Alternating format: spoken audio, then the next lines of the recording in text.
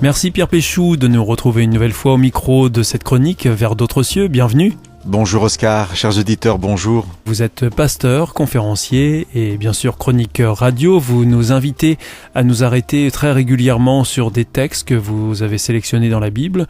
Aujourd'hui, vous nous proposez de nous arrêter sur la scène de la crucifixion. Donc Jésus et deux malfaiteurs sont sur une croix. Et un échange s'installe entre ces trois personnes. Il y a un malfaiteur qui injurie Jésus en lui disant de se sauver lui-même. C'est une sorte de moquerie. Mais le second reprend cet homme en demandant à Jésus de se souvenir de lui quand il sera dans son royaume. Alors, ce texte, Pierre Péchou, fait forcément référence au temps de Pâques, mais il y a un enseignement spécifique aussi à tirer de ce passage en particulier. Oui, nous avons trouvé cet enseignement dans l'identification que nous pourrions avoir avec l'un ou l'autre de ces malfaiteurs.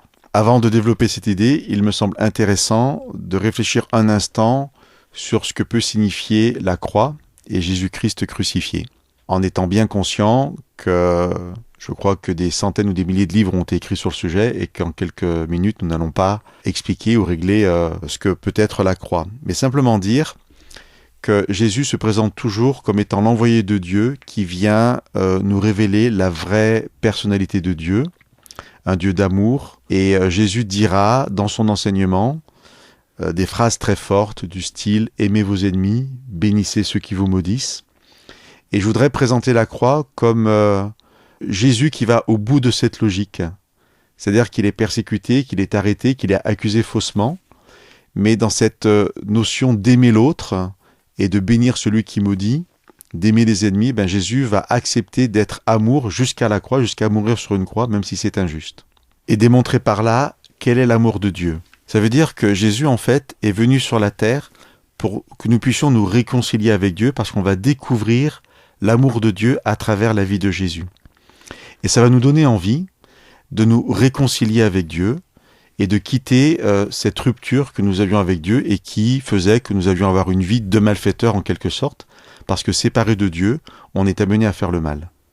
Et pourquoi est-ce que Jésus ne se sauve pas lui-même comme ce brigand lui suggère ? Si ce brigand lui suggérait simplement de se sauver lui-même, on pourrait presque lui prêter de bonnes intentions. En fait, si on regarde le texte, ce que le brigand lui suggère, c'est de se sauver lui-même et de les sauver eux aussi. Il dit « Sauve-toi toi-même et sauve-nous ». Et je pense qu'en fait, il est surtout intéressé par ça. Eh bien, ce qu'il faut répondre, c'est qu'en étant sur la croix et en vivant cette logique d'amour, Jésus est en train de sauver non seulement les deux brigands, mais l'humanité entière. Simplement, il faut accepter cette dynamique de Dieu, cette nouvelle vie dans l'amour. Pierre Péchou, à ce moment-là, quand le malfaiteur voudrait être sauvé, il a sans doute du mal à comprendre que c'est en mourant, y compris pour Jésus, qu'il pourra être sauvé. Oui, alors il y a un mot qu'on aime bien employer quand on n'arrive pas à répondre à des questions aussi compliquées que ça, c'est mystère. Voilà, c'est un mystère.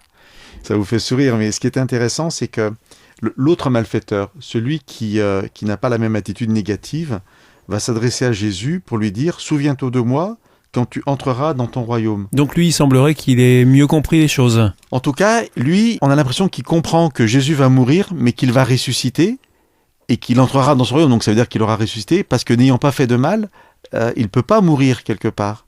Et là, même s'il n'a pas tout compris, ce qui est extraordinaire, c'est que cette adhésion, cette défense qu'il prend de Jésus, cette adhésion qu'il a à ce Jésus qu'il connaît à peine, eh bien, va avoir pour effet les paroles que Jésus lui adresse. C'est-à-dire, ce que tu viens de dire fait que tu vas venir avec moi dans ce royaume. Et ça fait un final magistral. Ah oui, voilà. Aujourd'hui, alors que nous allons mourir tous les trois, toi, je te fais une promesse aujourd'hui, un jour, tu seras avec moi dans le royaume. Bien entendu, cette phrase, ce final extraordinaire dont vous parlez, il est adressé à chacun d'entre nous. Mystère de la croix, je ne comprends pas tout, mais je vois là un Jésus extraordinaire qui va aimer jusqu'au bout. Et si on accepte de rentrer dans cet amour, on reçoit pour nous cette promesse, un jour nous serons avec lui dans son royaume.